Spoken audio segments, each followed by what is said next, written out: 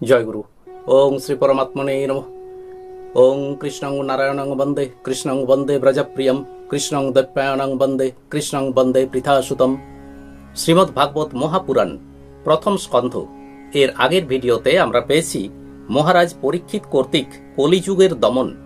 এবার অষ্টাদশ অধ্যায়ে রাজা পরীক্ষিতকে শৃঙ্গী মুনির অভিশাপ। সুত বললেন, অদ্ভুত কর্মা ভগবান শ্রীকৃষ্ণের কৃপায় রাজা পরীক্ষিত অশ্বত্থামার ব্রহ্মাস্ত্র দ্বারা দগ্ধ হয়েও মাতৃগর্ভে বিনষ্ট হননি। ব্রহ্মশাপের ফলে তক্ষক যখন তাকে দংশন করতে এসেছিল তখনও তিনি মৃত্যুর ভয়ে ভীত হননি, কারণ তিনি ভগবান শ্রীকৃষ্ণের চরণে তার চিত্ত সমর্পণ করে রেখেছিলেন। তিনি সর্ববিষয়ে আসক্তি ত্যাগ করে গঙ্গা তীরে বসে ব্যাসনন্দন সুখদেবের উপদেশ মতো ভগবত তত্ত্ব সম্যক রূপে অবগত হয়ে নিজের দেহ ত্যাগ করেছিলেন। শ্রী গোবিন্দের লীলা কথায় যারা সর্বদা অনুরক্ত থেকে সেই কথামৃত পান করতে করতে তাঁর পাদপদ্ম সর্বদাই চিন্তন করেন, মৃত্যুকালেও তাদের কোনো মোহ থাকে না। অভিমন্যু নন্দন মহারাজ পরীক্ষিত যতদিন সম্রাট ছিলেন ততদিন পর্যন্ত কলিযুগ সর্বত্র প্রবেশ করলেও কোনো প্রভাব বিস্তার করতে পারেনি। যেদিন যে মুহূর্তে শ্রীকৃষ্ণ পৃথিবী ত্যাগ করেছেন সেই দিন সেই সময় থেকে পৃথিবীতে অধর্মের মূল কারণ কলি প্রবেশ করেছে। ভ্রমরের মতো সারগ্রাহী সম্রাট পরীক্ষিত কলিকে বিনাশ করেননি, কারণ কলিকালের এক মহৎ গুণ যে সংকল্প মাত্রেই সৎকর্মের ফল লাভ হয়, কিন্তু পাপকর্ম না করলে তা ফলদায়ী হয় না। শুধুমাত্র সংকল্পের দ্বারা পাপকর্ম ফলদায়ী হয় না। এই কলি অবিবেকী লোকের উপরেই বীরত্ব প্রকাশ করে, আর বিবেকী ধীর লোকেদের সে ভয় পায়। অবিবেকী মানুষদের বশীভূত করার জন্য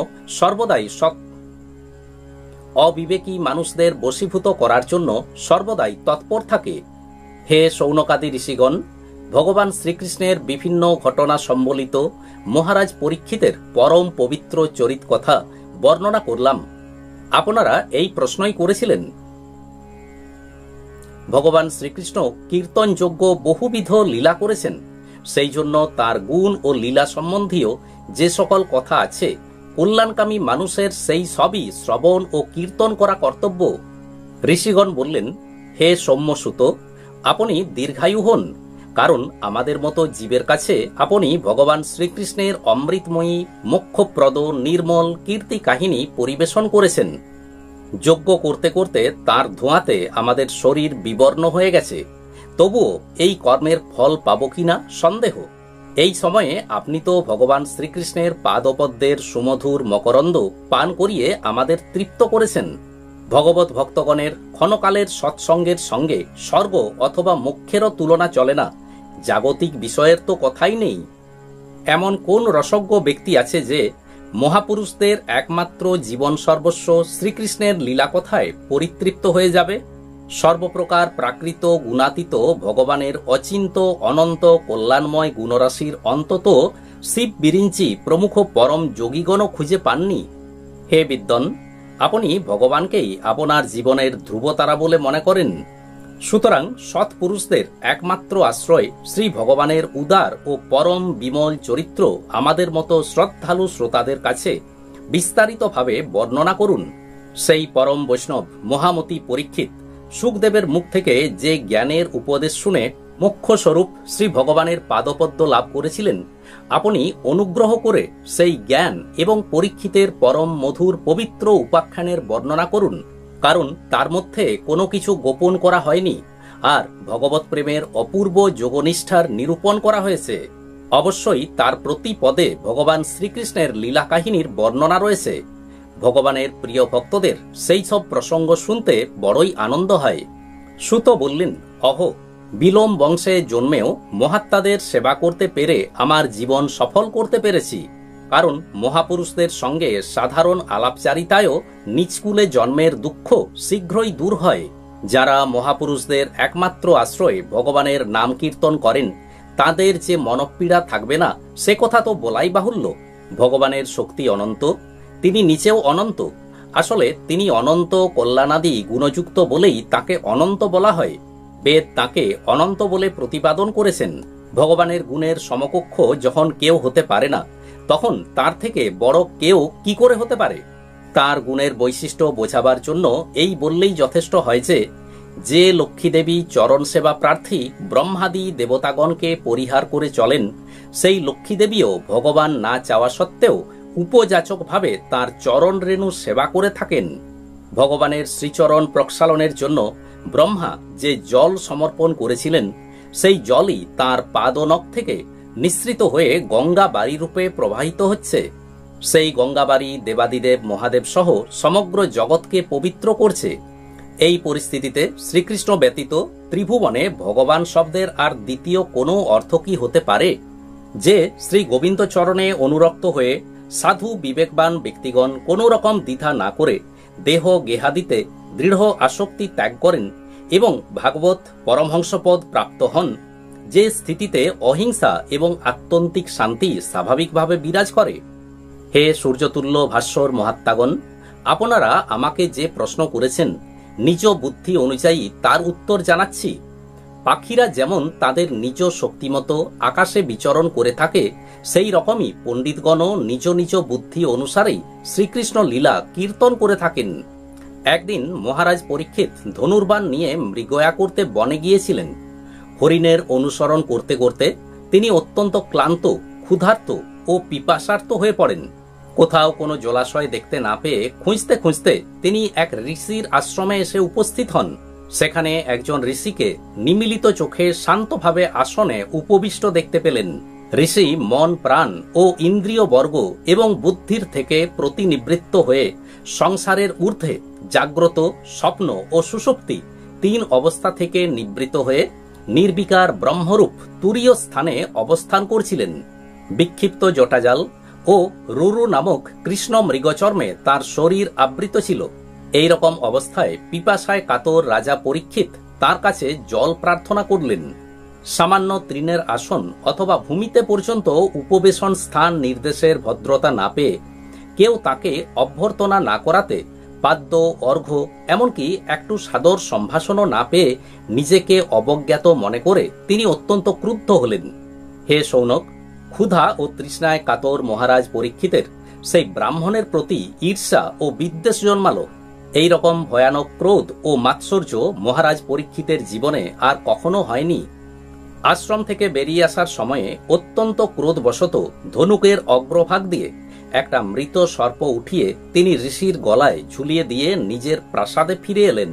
তিনি মনে মনে ভাবতে লাগলেন, ঋষির কি সত্যি ইন্দ্রিয় নিরোধ হয়েছিল, অথবা রাজা এখানে এসেছেন তাতে আমার কি? এইভাবে আমাকে অবজ্ঞা করে সমাধির ভান করে বসেছিলেন। সেই শ্রমিক মুনির ছেলে ছিলেন ব্রহ্মতেজ সম্পন্ন। তিনি আশেপাশেই অন্যান্য ঋষি কুমারদের সাথে খেলা করছিলেন।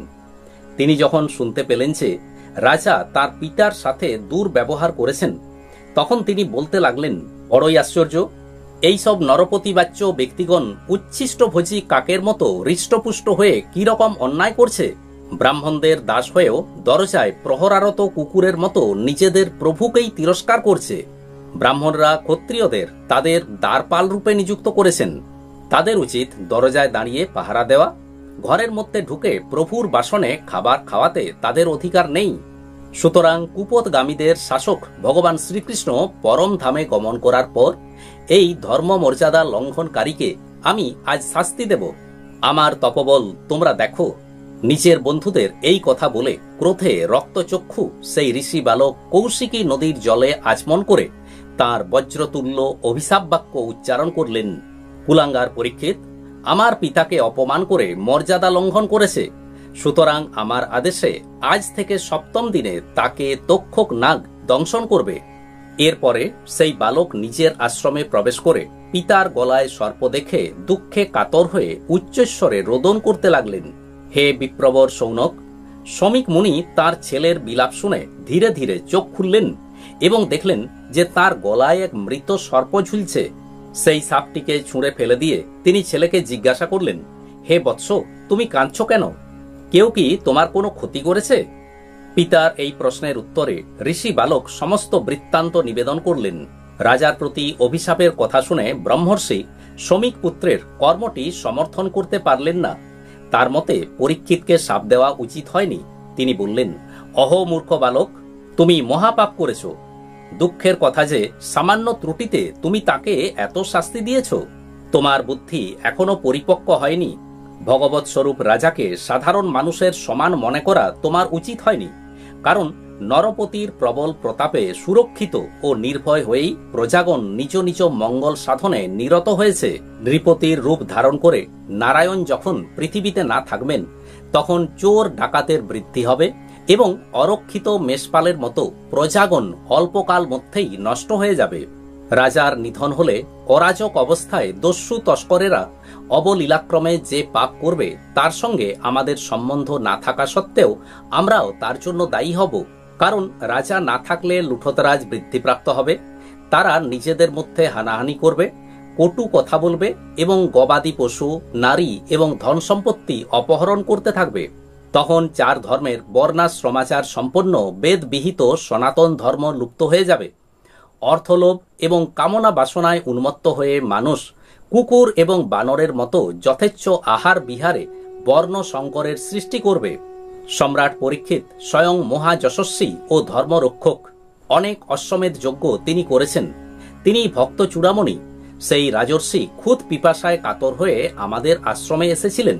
তিনি কখনোই আমাদের অভিশাপের যোগ্য নন। এই অপরিণত বুদ্ধি বালক আমাদের নিষ্পাপ এবং সেবক স্বভাব রাজার প্রতি অপরাধ করেছে। সর্বান্তর্যামী ভগবান দয়া করে তাকে ক্ষমা করুন। ভগবত ভক্তদেরও প্রতিকারের সামর্থ্য থাকে, কিন্তু অপরের দ্বারা কৃত অপমান, বঞ্চনা, অবজ্ঞা, নিন্দা, তাড়না প্রভৃতির কোনো প্রতিশোধ তারা নেন না। পুত্রকৃত অপরাধে শমিক মুনির অত্যন্ত পরিতাপ হয়েছিল। মহারাজ পরীক্ষিত যে তাকে অপমান করেছেন সেটা তিনি ধর্তব্যের মধ্যেও মনে করেননি। মহাত্মাদের স্বভাবই এই যে তাদের যদি কেউ সুখ বা দুঃখ দেয়, তাহলেও প্রায়ই তারা তাতে হৃষ্ট বা ব্যথিত হন না, কারণ আত্মার স্বরূপ তো নির্গুণ, সুখ দুঃখের অতীত। শ্রী মনমহর্ষি বেদব্যাস প্রণীত পারমহংসী সংহিতা শ্রীমদ্ ভাগবত মহাপুরাণের প্রথম স্কন্ধে বিপ্র শাপোপলম্ভনং নামক অষ্টাদশ অধ্যায়ের বঙ্গানুবাদ সমাপ্ত। আসুন এবার শ্রী ভগবানের মহামন্ত্র জপ করি। হরে কৃষ্ণ কৃষ্ণ কৃষ্ণ হরে হরে, হরে রাম রাম রাম হরে হরে। নমস্কার।